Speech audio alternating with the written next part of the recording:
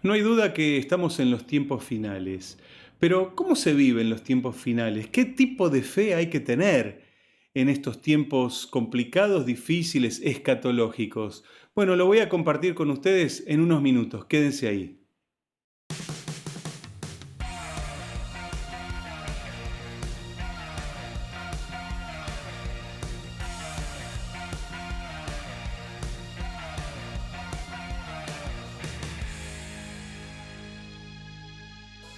Esto es una fiesta si estás tú. Vamos a celebrar que tu amor es eterno, no tiene final. Esta pasión que va creciendo, no hay tormenta que la pueda parar. Por nada vamos a parar.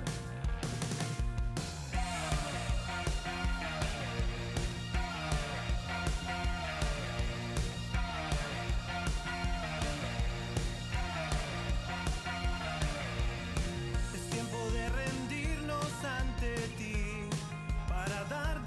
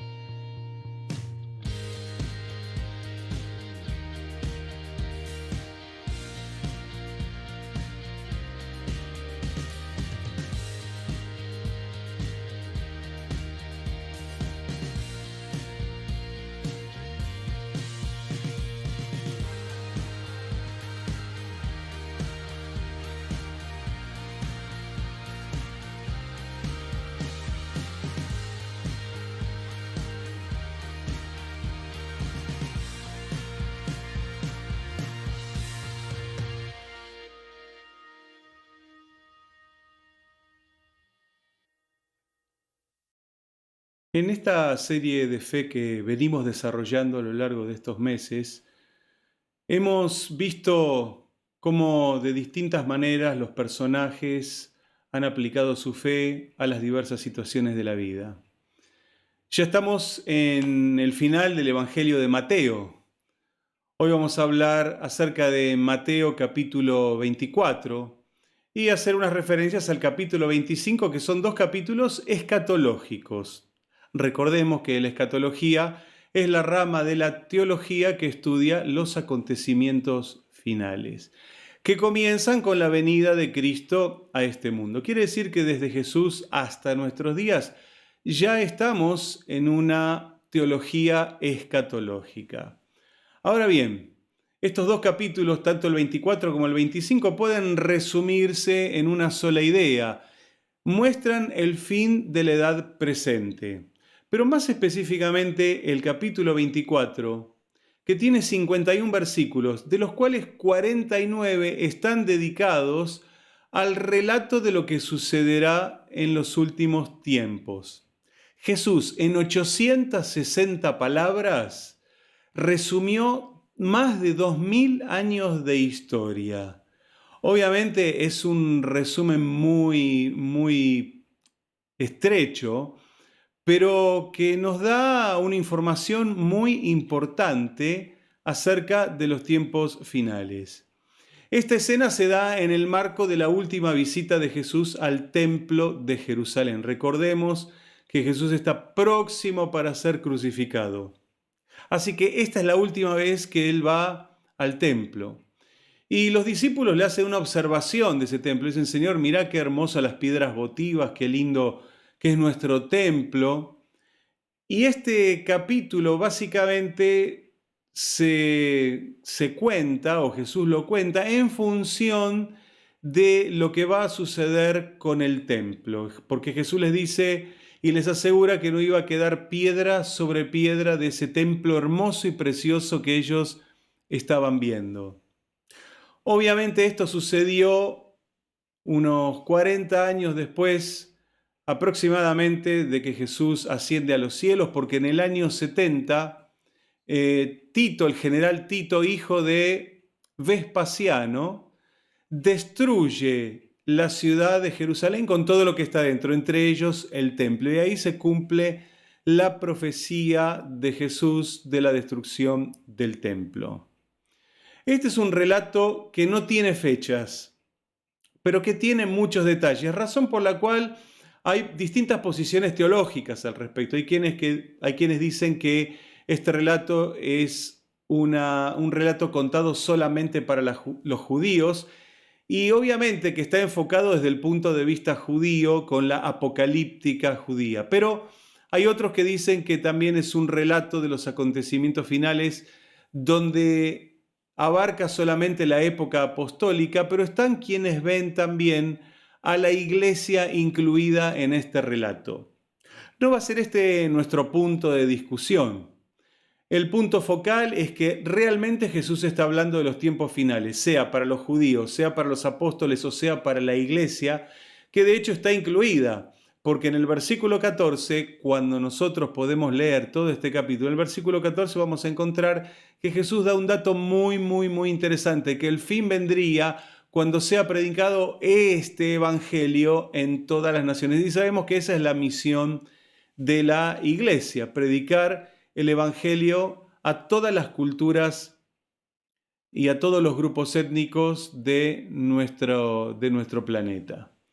Así que vamos a ver entonces qué recomendaciones da Jesús, qué acciones de fe hay que tomar frente a los acontecimientos finales. Ya estamos en los acontecimientos finales, entonces este mensaje es pertinente, es para cada uno de nosotros. Así que, ¿cómo se usa la fe en estas circunstancias? Bueno, el mismo capítulo que le voy a dejar esta tarea, usted lo va a tener que leer, no lo vamos a leer aquí en pantalla, no lo vamos a tener porque es bastante extenso y amerita una lectura detenida para poder entender bien. Así que esta tarea se la voy a dejar a usted para luego, cuando termine este mensaje, puede ir a Mateo 24 y si quiere también añadirle Mateo 25 y poder leerlos detenidamente, haciendo observación en estos puntos que quiero destacar en este día. Jesús advirtió que en los tiempos finales iba a aumentar un riesgo para la fe. Realmente los tiempos finales son tiempos peligrosos para la fe. Y eso sí, lo encontramos en Mateo 24, versículos 4 y 5 que dicen, respondiendo Jesús les dijo, mirad que nadie os engañe, porque vendrán muchos en mi nombre diciendo yo soy el Cristo, y a muchos engañarán. Creo que este es el primer mensaje que Jesús nos manda o nos envía a través de este capítulo, para que seamos observantes de nuestro entorno y no nos dejemos engañar. Todos conocemos, yo conozco unos cuantos, cristianos que han sido engañados. Personas que estaban en la verdad y que hoy no están en la verdad. ¿Por qué? Porque escucharon a quienes no debían nunca haber escuchado. Bien dijo Jesús que Satanás es padre de mentira. Así que cuando Satanás interviene siempre le añade el condimento de la mentira, que es muy dañino y muy pernicioso aún para la misma fe. Jesús anticipó que muchos iban a venir en su nombre. De hecho, el historiador Josefo, historiador judío de aquel entonces, nos dice que luego de Cristo aparecieron muchos haciéndose llamar nuevamente el Cristo. Ahora, esto no ha desaparecido de la faz de la tierra. Siempre hubo personajes que se han querido autonominar como el Cristo, como el Mesías. Algunos son más actuales, otros son más antiguos y realmente esto estuvo siempre. Pero el punto está en la confusión. Y esto es lo que Jesús nos advierte, que no nos dejemos engañar. Pablo, sumando a estas enseñanzas, en el libro de Gálatas, capítulo 1, versículo 8 y 9, dice de la siguiente manera, mas si aún nosotros o un ángel del cielo os anunciare otro evangelio diferente del que os hemos anunciado, sea anatema, sea maldito. Como antes hemos dicho, también ahora lo repito, dice Pablo, si alguno os predica diferente evangelio del que habéis recibido, sea anatema. Y estamos en una época donde hay tantas versiones diferentes del evangelio. Está el evangelio que nos muestra la Biblia y hay cantidades inmensas de evangelios diferentes, evangelios permisivos, evangelios de ofertas y no de demandas, evangelios que por un lado dicen lo que dice la Biblia, pero por el otro lado lo omiten o lo tergiversan. Y aquí está justamente el engaño de los últimos tiempos. Son tiempos peligrosos, así que Jesús dijo que en los últimos tiempos no nos tenemos que dejar engañar. Realmente, si algunos cristianos hubieran observado esta enseñanza de Pablo en el libro de Gálatas, hoy tendríamos mucho menos confusión religiosa. Si usted analiza un poco las religiones actuales, algunas de ellas se dieron en función de apariciones angelicales que anunciaron un evangelio totalmente diferente y que hoy se contraponen al evangelio que enseña la misma palabra de Dios. Jesús enseñaba a sus discípulos a orar y a velar para no ser engañados. Les dijo, mirad que nadie os engañe. Y quiero subrayar un poquito esta palabra, mirar. Ver es la capacidad de poder percibir las imágenes. Pero mirar es diferente a ver. Para mirar, por supuesto, hay que ver primero, pero mirar es prestarle atención a lo que estamos viendo. Todos estamos rodeados por un medio social, un medio político, un medio religioso y un medio espiritual. Y Jesús dijo, mirad, no solo observen, sino miren, préstenle atención a lo que está sucediendo a su alrededor. Creo que esta es una gran recomendación del Señor para vivir los tiempos finales. Es estar atento a todo lo que pasa a nuestro alrededor. Así como cuando salimos a la calle, que usted tiene que estar muy atento a los ruidos que hay cerca, tiene que estar atento a las cosas que suceden adelante, detrás suyo, estar atento, estar percibiendo de manera especial, con mucha atención, lo que sucede a nuestro alrededor. Así que no podemos ignorar esta gran acción de la fe, porque esta es una de las acciones de la fe, mirar lo que sucede. No diga, nadie me va a engañar, a mí ya nadie me va a engañar. ¿Por qué? Porque usted va a bajar su observación, va a dejar de estar atento y posiblemente alguien lo vaya a engañar. Pero tampoco diga, bueno, entonces cualquiera me puede engañar. No, porque de alguna manera decir esto es un riesgo. Usted estaría abriendo una puerta espiritual. Esté atento y obedezca lo que Jesús dijo. Mirad que nadie os engañe. Tiempos finales son tiempos peligrosos. En Mateo 24, pero ahora en el versículo 6, encontramos la segunda acción de la fe para los tiempos finales. ¿Quiere leerlo junto a mí? Dice así el pasaje: y oiréis de guerras y rumores de guerras. Mirad que no os turbéis, porque es necesario que todo esto acontezca, pero aún no es el fin. Jesús otra vez pone la palabra mirar, pero hace foco ahora en el miedo, en el temor. Creo que en los tiempos finales es muy importante no asustarse por las cosas que vayan a pasar. Sí, bueno, tenemos nuestra parte humana, que es la parte débil, y que, bueno, hablando de todo lo que ha sucedido en estos meses, muchos se han asustado, se han aislado de manera excesiva y han hecho cosas realmente que responden al miedo en el corazón humano. Pero ¿qué es lo que provoca el miedo? ¿Por qué los humanos a veces tenemos miedo? Hay dos razones fundamentales por las cuales los humanos tenemos miedo. Primero, miedo a lo desconocido, a lo que no sabemos qué trae. Y el segundo es miedo a lo que no podemos controlar. Y justamente una situación de guerra tiene alguno de estos dos elementos o los dos elementos. Aquellos que nunca estuvimos en una guerra, obviamente desconocemos lo que es una guerra. Sí, lo hemos visto en películas, hemos visto un montón de cosas y vemos noticias de los lugares donde hay guerra, pero nunca estuvimos donde nos caen bombas en la cabeza. O nunca estuvimos donde las balas no pasan a centímetros de nuestro cuerpo. No sabemos lo que es la guerra hasta no estar en la guerra. Así que ese es un elemento que puede generar miedo. Pero el otro es algo que no se puede controlar. Qué difícil es controlar una guerra, qué difícil es controlar un conflicto bélico entre dos naciones o más, o conflictos bélicos generalizados como ha sido la Primera o la Segunda Guerra Mundial. El temor o el miedo es un sentimiento contagioso.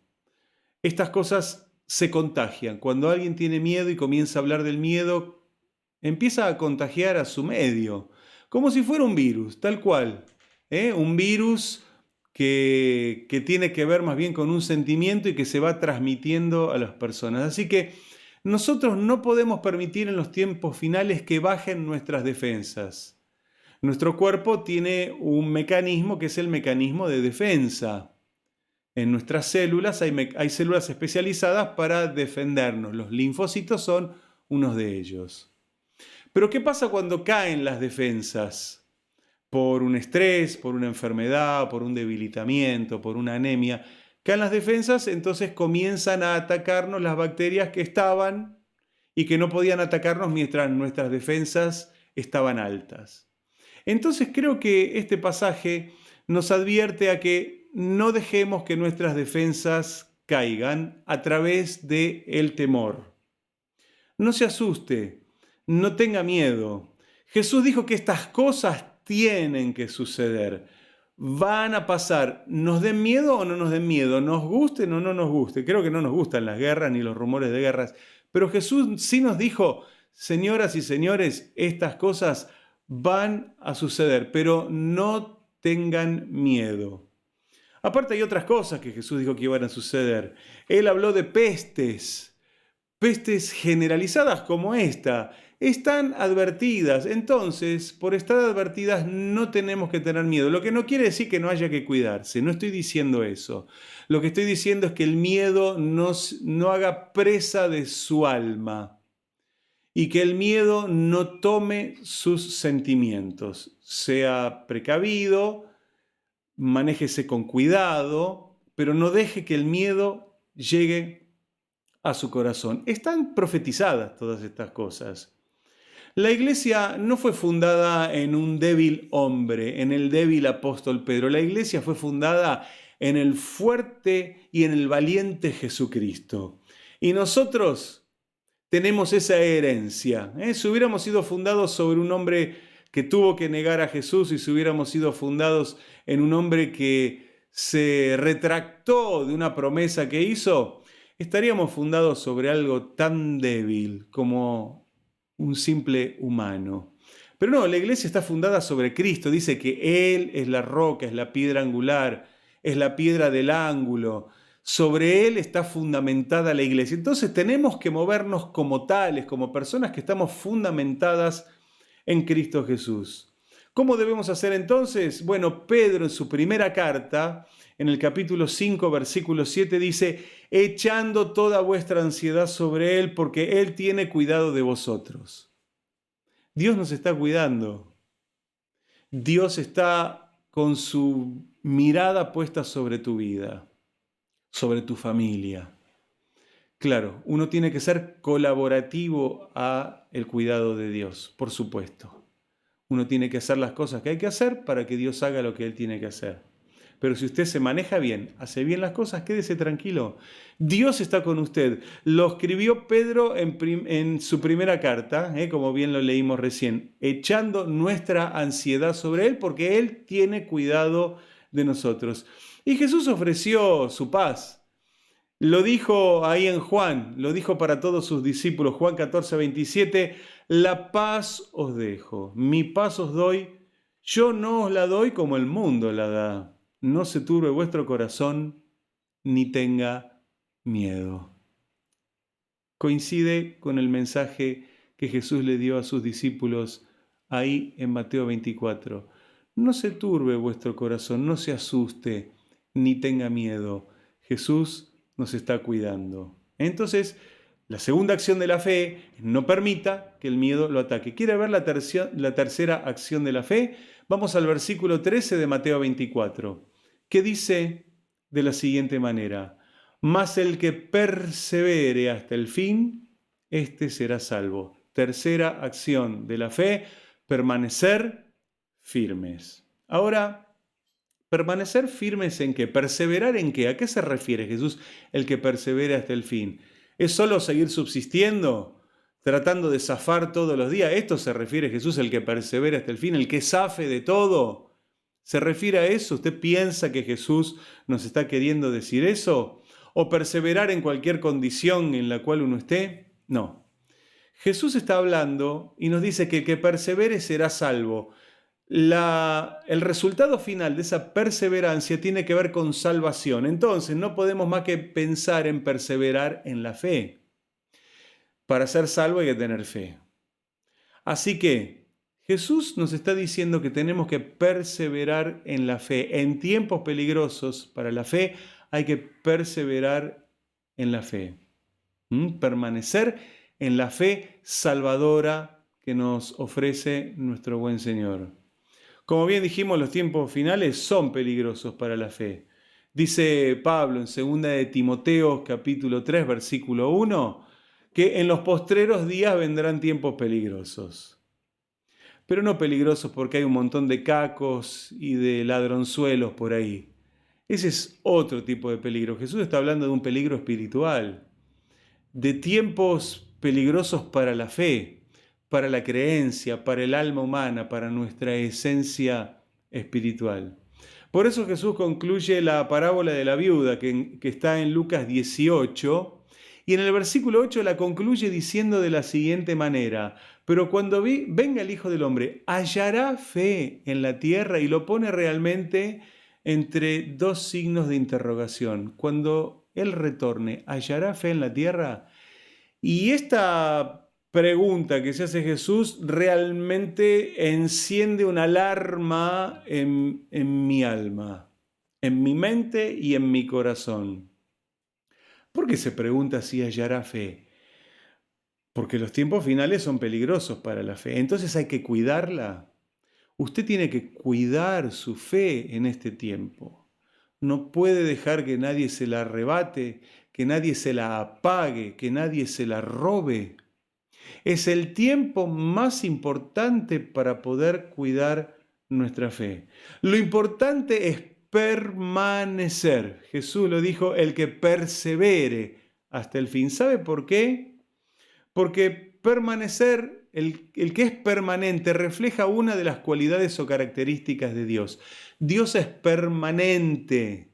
Me gusta muchísimo lo que escribió Santiago, uno de los hermanos sanguíneos, medio hermanos de Jesús, solo por parte de María. Escribió en su libro, que lleva su nombre, el libro de Santiago, en el capítulo 1, versículo 17, que en Dios no hay mudanza ni sombra de variación.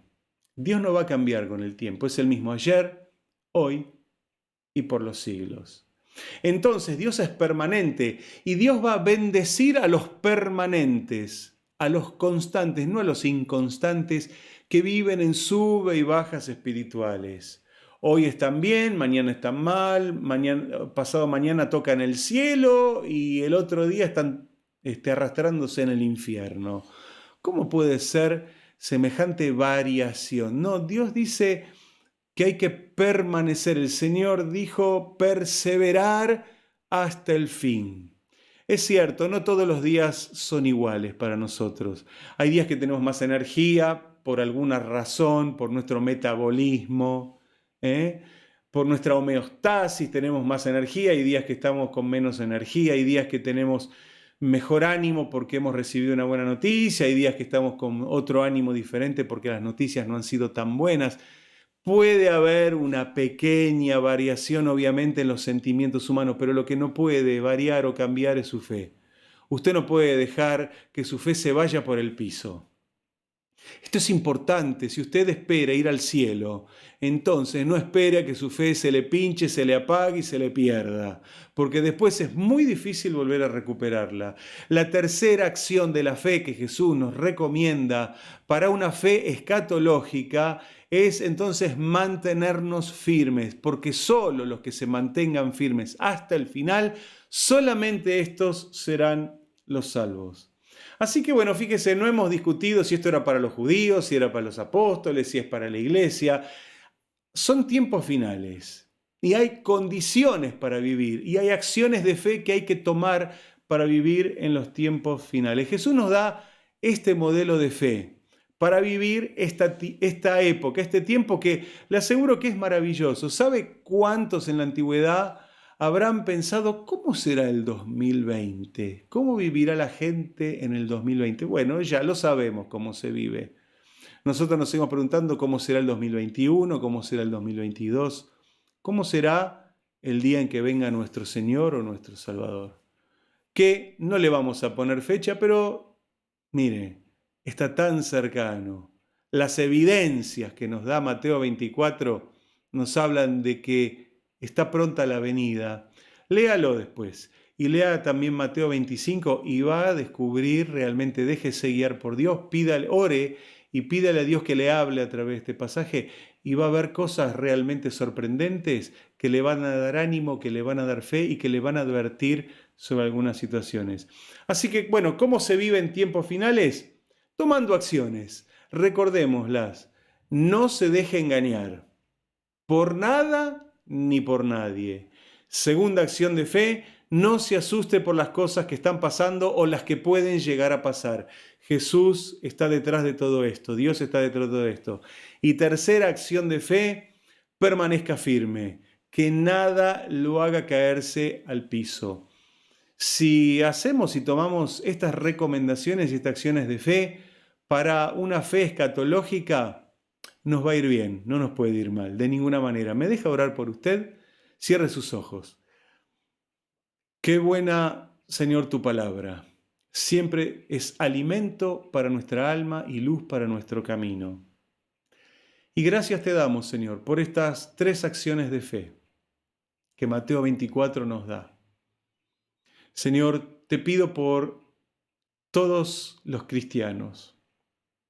Señor, que ninguno de ellos pierda la fe. Señor, que ninguno sea engañado, que ninguno se asuste. Que todos puedan perseverar, Señor, porque tú nos has elegido y nos elegiste para que seamos salvos, no para que nos perdamos.